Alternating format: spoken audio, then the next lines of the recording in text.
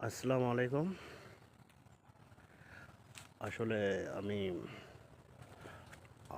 Broiler খামার নিয়ে একটু আলোচনা করেছিলাম বোর্ডিং সম্পর্কে। তো আসলে এখন আমি বিস্তারিত বলতেছি যেখান থেকে আসলে বাদ দিয়েছিলাম। তো আসলে ব্যবসা মানে হতেছে লাভ লস এটা থাকবে, আর এটা আপনাকে হিসাব করতে হবে।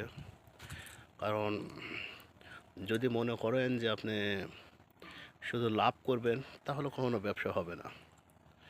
কারণ ব্যবসায় আপনাকে প্রথমে চিন্তা ভাবনা করতে হবে যে আমি মুরগি পালন করব, সেই মুরগিটা আমি ধীরে ধীরে গড়ে তুলব, এবং কিভাবে গড়ে তুললে আপনার ব্যবসা ভালো হবে সেই সম্পর্কে। আসলে আমার পিছিয়ে দেখতে পাচ্ছেন আমার খামার। যাই হোক, আমার মুরগি প্রায় 70টার মতো মুরগি মারা গেছিল। আমি 320 পিস মুরগি তুলছিলাম। তারপর আল্লাহর রহমতে কিছু লাভ হয়েছিল। কারণ পাইকারি বাজার 130-35 টাকা। তো আমি চিন্তা করলাম যে আসলে যে পাইকারি 130-35 টাকা, আমি হিসাব করে দেখলাম যে এখন যদি আমি এই পাইকারি বিক্রি করি, তাহলে প্রায় আমার 20,000 টাকার মতো লস যাবে। কারণ 70টা মুরগি যেখানে আমার নাই, তারপরে বাজারে দাম নাই। তো আমি আসলে অন্য একটা সিস্টেম করলাম। সিস্টেম করে যে চিন্তা করলাম যে দেখি এখান থেকে আমি কিছু, যাই হোক আমি সফল হয়েছি ইনশাল্লাহ, আমি ধরা খাইনি। তো তারপরেও একটা কথা হতেছে কি, যে ব্যবসা করতে গেলে আসলে সবসময় টেনশন মাথার মধ্যে কাজ করে। কারণ মেন করে ব্রয়লারের ব্যবসা করতে গেলে, ব্রয়লার মুরগি এমনই একটা জিনিস, এই ভালো আছে তো সকালে ভালো আছে, বিকালে অসুস্থ। আর বিকালে ভালো আছে, দেখবেন সন্ধ্যার পর থেকে মুরগি অসুস্থ। তো এটার কিছু কারণটা হচ্ছে যে সবসময় মনে রাখতে হবে যে মুরগি যা ম্যানেজমেন্ট করবে, 24 ঘন্টা আসলে একটা মুরগির উপর আপনাকে খেয়াল রাখতে হবে। আর এই শীতের মধ্যে, মেন করে শীতের মধ্যে সমস্যাটা বেশি হচ্ছে। কারণ দেখা যাচ্ছে আবহাওয়া বিভিন্ন সময় পরিবর্তন হচ্ছে, বিভিন্ন সময় বিভিন্ন রকম চেঞ্জ হয়ে যাচ্ছে আবহাওয়া। সকালে এক ধরনের আবহাওয়া, আপনার 12টার পরে এক ধরনের আবহাওয়া, আবার বিকালে এক ধরনের আবহাওয়া, আবার সন্ধ্যার পর আর এক ধরনের আবহাওয়া, এবং রাত 12টার পরে আবার আর এক ধরনের আবহাওয়া। অর্থাৎ 3-4 ধরনের আবহাওয়া এখানে হচ্ছে। কিন্তু সেই আবহাওয়ার মধ্যেই আপনাকে করতে হবে, মেনটেন করতে হবে, যাতে মুরগিগুলা সব আবহাওয়াতে ভালো থাকে। সেই কারণে আপনার মুরগির বোর্ডিং ডে হচ্ছে সবচেয়ে বেটার, এবং মুরগির বোর্ডিং ডে হতেছে সবচেয়ে ইম্পর্টেন্ট।